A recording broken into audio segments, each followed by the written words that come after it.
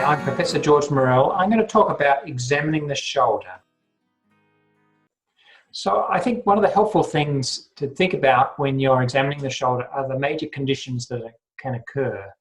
And by far and away the biggest is problems with the rotator cuff and impingement. Then in the young population, problems with instability. In the middle age, problems with the frozen shoulder. And then as you get older, problems with arthritis. AC joint also comes into play. And then the other problems are really very minor.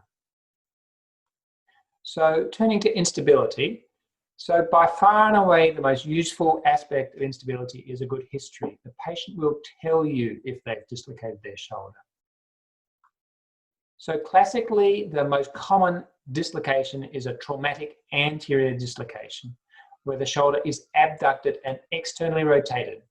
A less common presentation is a posterior dislocation, and this not infrequently occurs when someone is fitting from many causes, ranging from epilepsy to diabetes.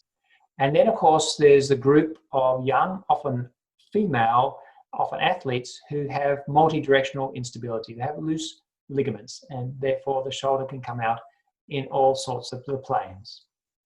So for diagnosing MDI, one of the most useful clinical signs is the sulcus sign, where you pull down on the arm and you see a sulcus underneath the acromion. And that's, if that's large, at least 2 centimeters, it's a sign of capsular laxity. And if they have this sign, they have a very high chance of having multidirectional instability. The second useful clinical sign, I think, is an O'Brien sign. This is described by Steve O'Brien. And here what you ask the patient to do is to hold their arm up in the so-called 90-90-90 position and adduct the arm about 15 degrees, have them point the thumb down, and then you ask them to lift up. A positive sign is when they have pain when they're doing this. You should also ask the patient to put their palm up, and they should have less pain when they're doing this. And then the traditional test for especially shoulder surgeons is the load and shift test. And here you're lying the patient down on the table and you're putting some gentle pressure of the humeral head against the glenoid, and you're translating the humerus anteriorly and posteriorly. And that is graded as 0, 1, 2, and 3. 0 meaning no translation. 1 means it's translated to the anterior glenoid. 2 is it goes over the anterior glenoid, in other words, subluxes, and then pops back in. And a grade 3 is where it comes out and stays out, which show a translation of the humeral head both posteriorly and anteriorly. I think the most useful clinical sign, particularly for someone who has had a traumatic anterior instability, is the apprehension sign. And what you're doing here is putting the arm in a position where it's likely to dislocate, and the patient should look apprehensive. And I usually say, does this feel like your shoulder is going to come out of joint? The apprehension sign. There's a version of it where you can then translate the humeral head anteriorly and say, does this feel better or worse? This should feel worse to them, because you're translating the humeral head anteriorly, they're more likely to feel that sense of apprehension. Then, of course, you can translate it posteriorly, and they should have less apprehension when pushing the humeral head posteriorly.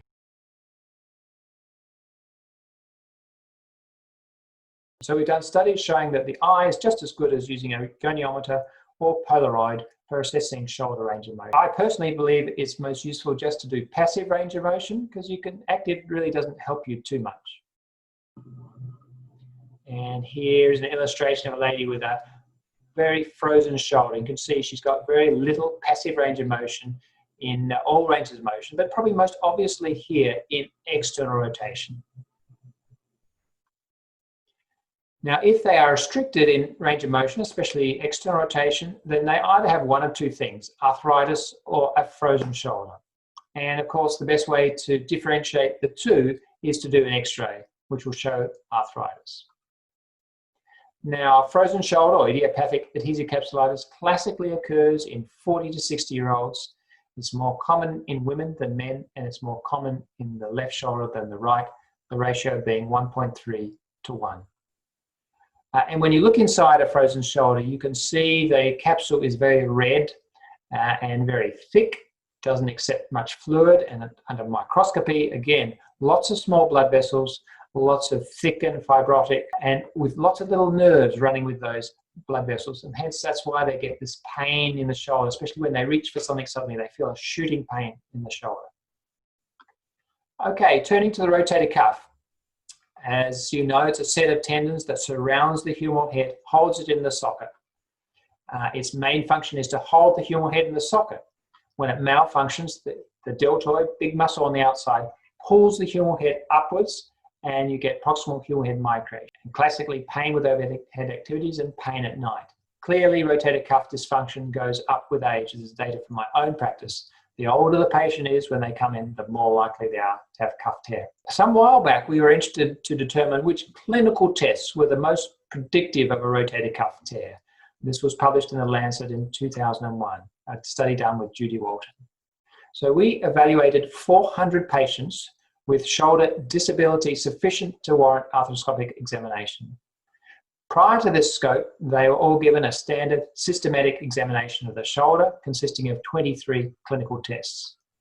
Then I scoped the shoulder and then carefully mapped on a diagram what their pathology was. Of those 23 clinical tests, there were only 4 that were actually clinically useful for making a diagnosis of a rotator cuff tear.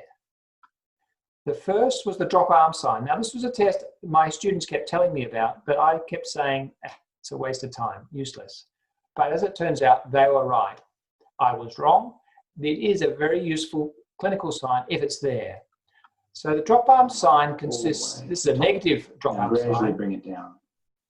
And this girl is bringing her shoulder down nicely in that plane. Whereas this chap cannot control the dropping of his arm. So he has a positive drop arm sign. Arm up all the way to the top. Now gradually bring it down. Negative drop arm sign. And here is a positive drop arm sign. Now, if they have a drop arm sign, they do have a rotator cuff tear, very specific. They're 100% positive predictive value. But if they don't have a drop arm sign, you can't rule out a tear. Only 10%, 11% of patients with cuff tears have a positive drop arm sign. And you can see here on this diagram, it's much more common in large tears. Smaller tears rarely have a positive drop arm sign. The second useful clinical test is a loss of power in external rotation. And again, the larger the tear, the more likely it's going to involve infraspinatus, and therefore the more likely they are to be weak on external rotation. The third clinical sign, and probably the most useful, I think, overall, is loss of power in supraspinatus. And here you're asking the patient to hold their arm up in line with the supraspinatus fossa, and you're asking them to resist you pushing them down. And it really doesn't matter whether the thumb is up or down. You're just testing their power in this position. And again, this is very much related to the size of the tear. The larger the tears, the more likely they are to have loss of power in supraspinatus. The final clinical signs are positive impingement sign. And it doesn't really matter, in my view, whether it's an impingement in external rotation or an impingement in internal rotation, a Hawkins or a near sign, it really doesn't matter. The thing about impingement signs, though, they're nearly always positive in every shoulder condition. So it's quite a sensitive test, but it's not very specific for rotator cuff. Now, Judy did a nice analysis, and she found that for this combination of tests, they were very useful. So of the 3 clinical tests, in other words, weakness of external rotation, weakness of supraspinatus, and a positive impingement sign, if they were all positive, there was a nearly 100% chance the patient had a rotator cuff tear. If they're positive and they're over 60, again, a very high chance of having a rotator cuff tear.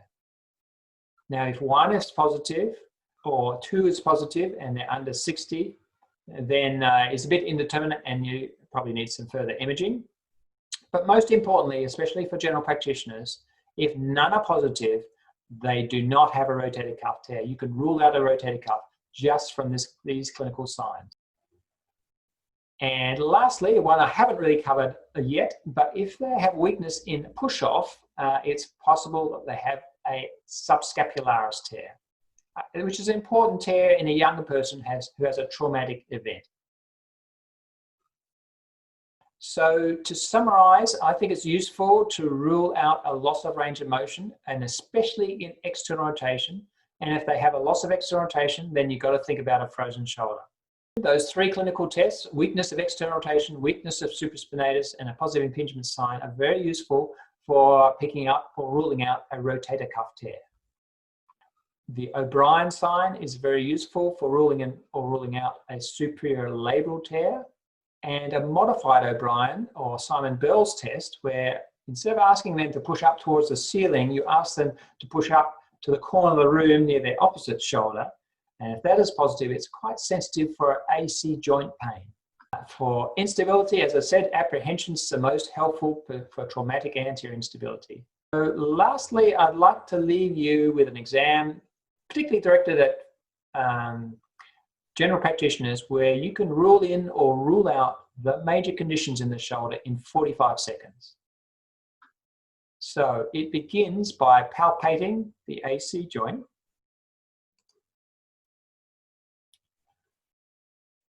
Then we're checking external rotation to rule in or rule out a stiff shoulder. Then we're checking for external rotation power, one of the tests for rotator cuff tears. Now supraspinatus power, the second test. And in positive, looking for an impingement sign, the third test, to rule in or rule out a rotator cuff tear. Now we're doing an O'Brien sign, 90, 90, 90, 80 duck 15 degrees, pushing up for a superior labral tear. You should have less pain when they put the palm up. And then a modified O'Brien sign to test for AC joint pain. So that little quick exam, as I said, can rule in or rule out about 95% of all the problems with the shoulder.